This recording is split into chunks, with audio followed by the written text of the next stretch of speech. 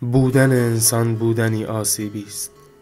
گرایش غالب زیست انسانی رنج و روان نژندی است که در صورت خاصی از تمامیت خواهی اتفاق می‌افتد.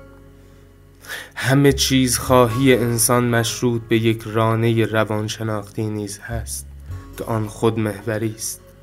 به عبارت دیگر انسان نه تنها تمام همه چیز را می‌خواهد، بلکه تمام همه چیز را به شکلی که خودش دوست دارد می‌خواهد. دردناکترین قسمت این نمایش عصری انسانی این است که احساس غالب بر این گرایش آسیبی همواره اضطراب است. یعنی حتی با خودمحوری و تمامیت خواهی کودکانه خود هم شاد نیستیم. آیا این چیزی جز روند یک روان نژندی است؟ موجودی که در تمام عمرش خطر را، که این احساس خطر هم به سمت خودمحوری سوگیری دارد، بیشتر از امنیت احساس می کند، قطعاً سالم نیست. قطعاً سلامت شکل مسلط روان آدمی نیست. مضاف بر این که فهمیدن هم برایش توهم است. بنابراین نه محدودیت میفهمد، نه خاص دیگری برایش اولویت اصیل دارد و نه اصلا جهان میفهمد که این همان تراژدی بزرگ زندگی انسانی است.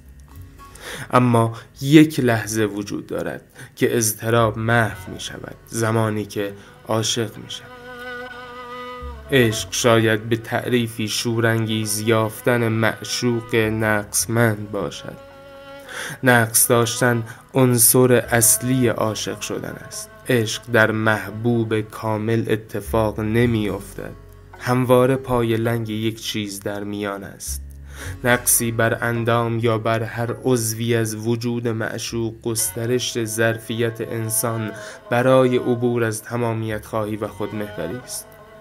لحظه‌ای که آنچه تو هستی بر آنچه که من میخواهم سایه افکند، کمی از این زائده تو امان رنج و بدبینی به دور میافتیم.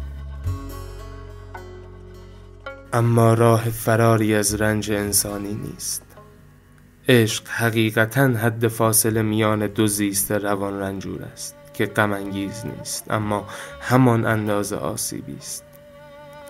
احتمالاً به این دلیل که معشوق جستجوی مداوم ما برای لذتی است که از خود دریغ کرده و در دیگری می جوییم. لذت طلبی در ما نقشی به قد تاریخ حیات دارد. انگار طلب کردن آن سطح از لذت که در معشوق برآورده می کنیم سطحی از لذت است که برای خودمان مطلوب است. اما به دلیل بازداری ها که در قالب رانه های زیستی روانشناختی بر ما وارد می شوند، جستجوی شخصی لذت طلبانه ممنوع می شود.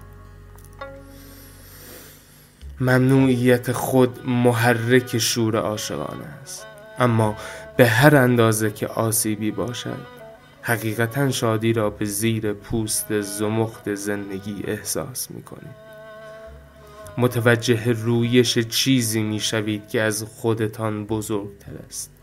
بله که خطرناک است، اما تنها نقطه ای است که زندگی شادی را به ما پیشکش می کند. عشق تنها جایی است که زندگی ملایم است. شکست عاشقانه.